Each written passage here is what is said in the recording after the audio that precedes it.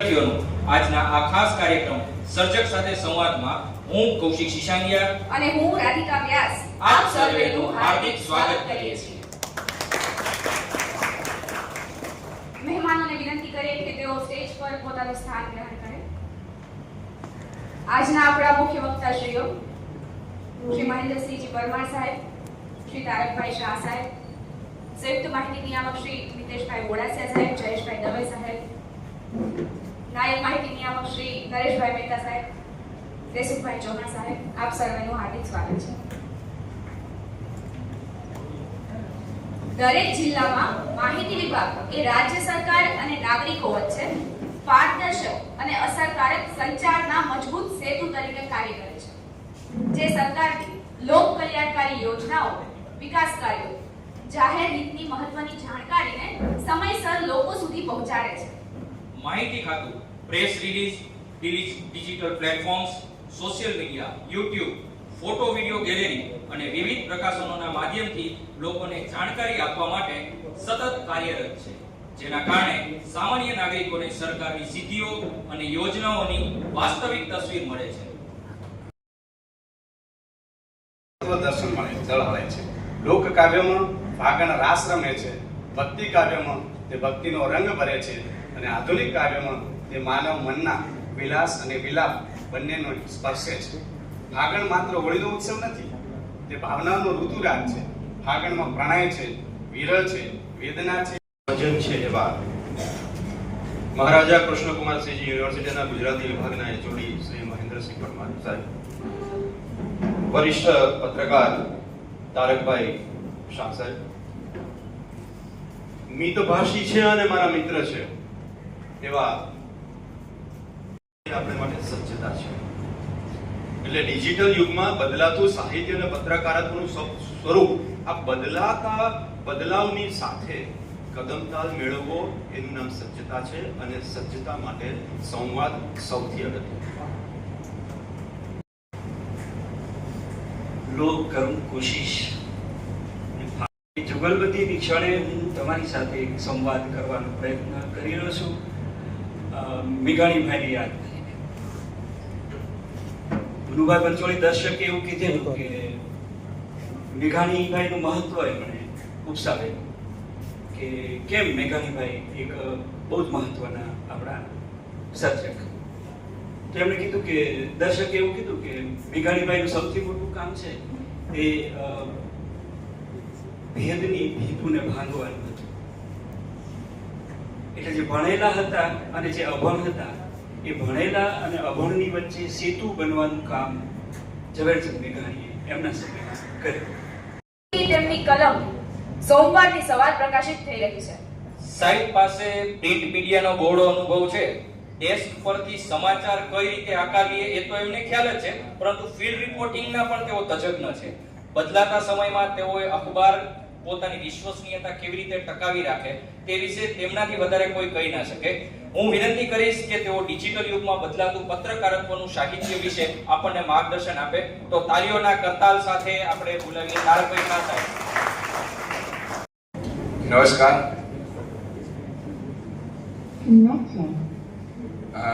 મારો પરમ મિત્ર મહેન્દ્રસિંહ ચૌહાણ સાહેબ, જયેશભાઈ, મિતેશભાઈ મહેતા સાહેબ, કૌશિકભાઈ, નામ નથી લેતો, પણ આપ સૌ ને એકચ્યુઅલમાં એ પોડિયમ રાખ્યું છે એટલે સારું છે, કારણ કે અમે લખવાવાળા માણસો છીએ, બોલવાવાળા નથી એમ.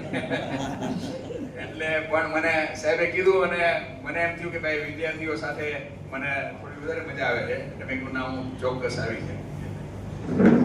મને વિષય એવો આપ્યો છે કે ભાઈ ડિજિટલ યુગ છે, એમાં બદલાવે.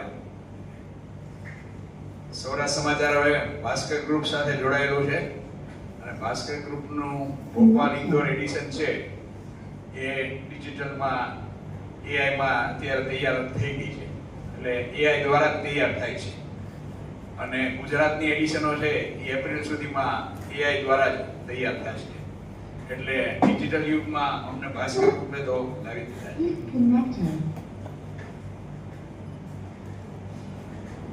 હવે ડિજિટલ યુગમાં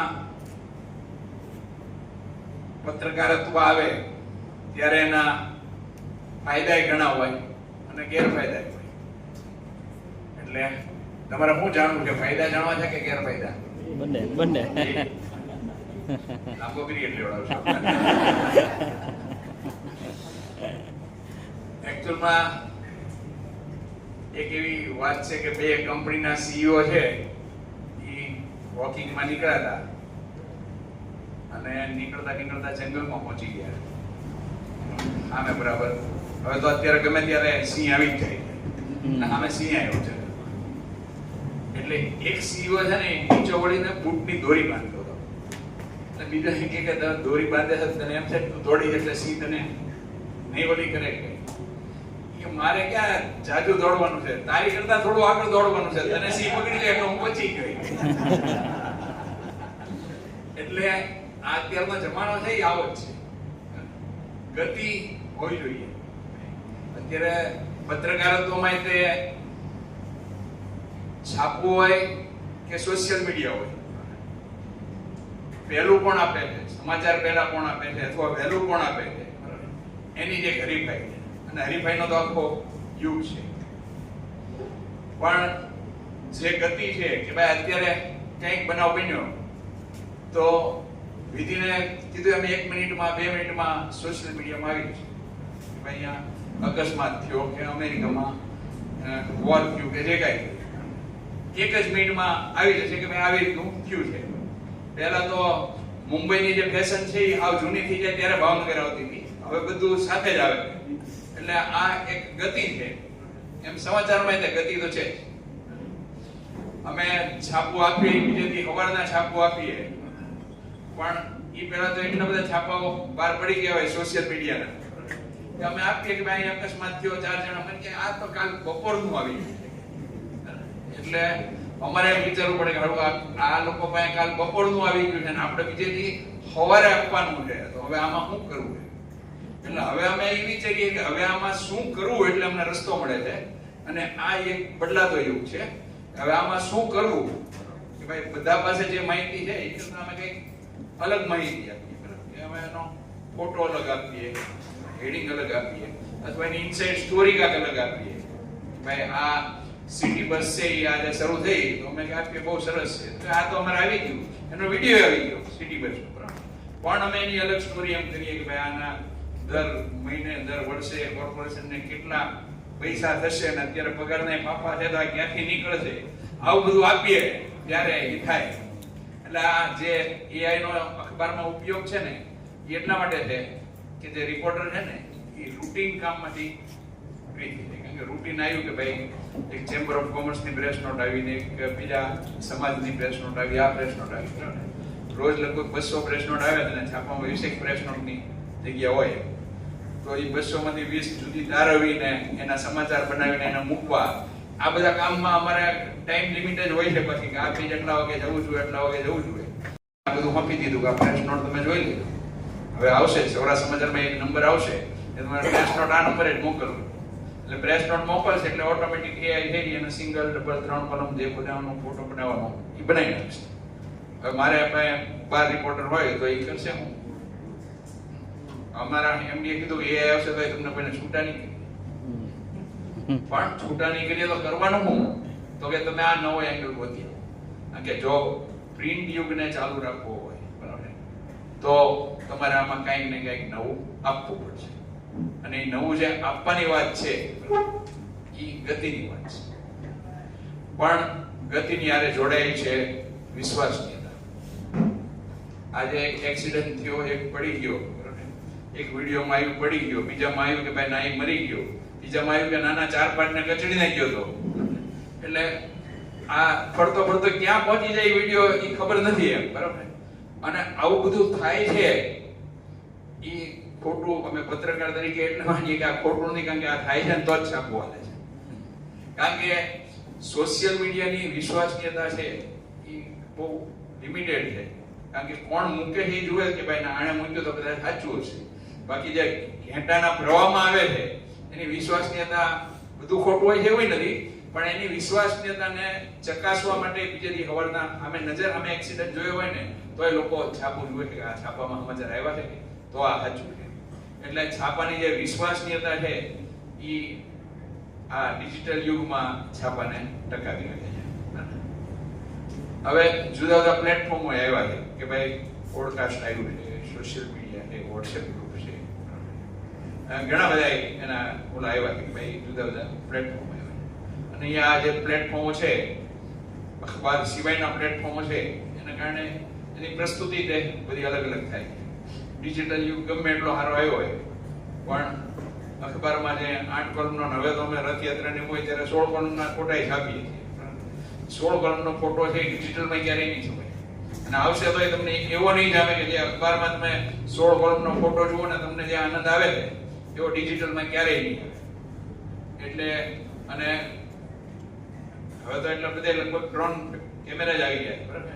એટલે અખબાર ને ડ્રોન કેમેરા ને જેમ જેમ પ્રવાહ બદલાતો જાય એમ એની સાથે તમારે બદલાવવું પડે છે. અને એવી રીતનું અખબારો બધા બદલાતા જ રહ્યા. પણ આજે ટેકનોલોજી આવી છે ને, એ ટેકનોલોજીની હારવાર જવાબદારી પણ આવી છે, બરાબર? અને ટેકનોલોજી નો ઉપયોગ કરી અને જે જવાબદારી નિભાવે છે એ આજના ઓળામાં સફળ થાય છે. હજી આજની તારીખે જે અમે કદાચ પોસ્ટકાર્ડની વાત કરી ને, પણ હજી આજની તારીખે પોસ્ટકાર્ડ લખાય છે ને છાપામાં ભૂલથી માં સુદ પાંચમની બદલે છઠ લખાઈ ગયું હોય ને તો પોસ્ટકાર્ડ એ લખે છે ને માણસો હાઈકોર્ટની ઓફિસે મને અવાજના રૂબરૂ પિક્ચરમાં એક ડાયલોગ બોલે કે કટ, બીજો ડાયલોગ કરે, ત્રીજો ડાયલોગ કરે. નાટક ચાલુ હોય, સંવાદમાં ભૂલ થઈ હોય તોય પકડાઈ જાય ને લોકોને મજા આવી તો કે ફરી વખત તમે કરો તો એની મિનિટે પાછો ફરીવાર એ ઓલો કરી શકે, પણ ક્યારે અને આમાં રિસ્પોન્સ મળે છે ત્યારે. સાહેબે જેમ કીધું કે ભાઈ 2 કલાકની વાર્તા મૂકી હોય ને તરત થંભ આવી જાય છે, બરાબર? એટલે ઘણી વખત હોટલમાં એવું થતું હોય કે ઓલો વેઇટર મૂકે પછી હજી આપણે જમવાનું શરૂ ન કર્યું હોય પેલા 2-3 વાર પૂછે કેમ છે, કેમ લાગ્યું. એટલે આપણે એ સારું, એટલે ક્યારેક તો કોક ચતુર હોય કે પણ સાહેબ પહેલા ખાવ તો ખરી.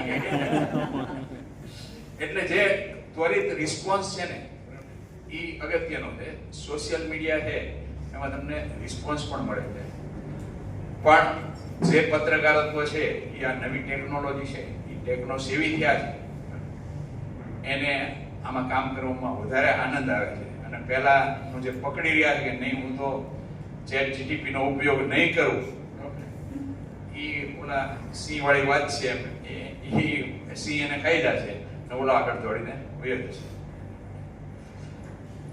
મને આ કંઈક પહેલા કીધું હતું કે ઓલું કવિ છે ને બોલો બીજા એમ કહે છે કે હું બહેરો છું એમ, એટલે મને એવું લાગે છે કે એવું તો તમારા નહીં હોય છે. એટલે તો સારું રહે, કારણ કે ક્યારેક જ અમારે આ માહિતી ખાતું કે પત્રકારો, બરાબર છે, એને સામાન્ય રીતના ભાષણ સાંભળવાના જ આવતા હોય, બરાબર છે.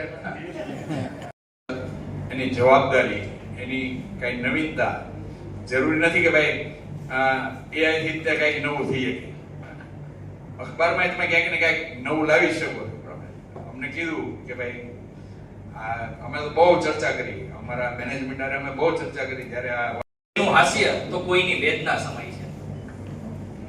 હવે અટકવું ન જોઈએ, પણ AI નો ઉપયોગ એવી રીતના કરવા જોઈએ. મેં પહેલા કીધું એમ કે આપણી જવાબદારી એની હારે સંકળાયેલી હોય. ઘણી વખત અમે રાત્રે કોઈ એવા ન્યૂઝ આવે છે કે લાલચ થાય જ છે કે ભાઈ આ લેવા જ છે, બરાબર, પણ કન્ફર્મ ન થતા હોય, બરાબર, તો અમે નથી લેતા. અને બીજે દિવસે અમારી પાછું તમને તો ખબર જ છે કે આગળ પાછળનું લિસ્ટ જાય, બરાબર, અમે પાછળથી લિસ્ટમાં અમારે મોકલવું પડે છે. પણ આ જે ટેકનોલોજી છે, બરાબર, એના ઉપયોગમાં અટકવાની બદલે ટેકનોલોજીના દર કલાકે ક્યાંક ને ક્યાંક નવા પરિણામો આવતા હોય છે, બરાબર. તો એને અંગે સતત માહિતગાર રહેવું જોઈએ. એ અટકવાની બદલે ટેકનોલોજી સાથે દોડવું એ તો ટેકનોલોજીથી ગતિનો એવી રીતના કે તમે બાયફર્ગેશન કરી શકો, બધાના 2 નંબરના પેજ તો તમે એમાં આપી દો, બરાબર, તો તમને બધા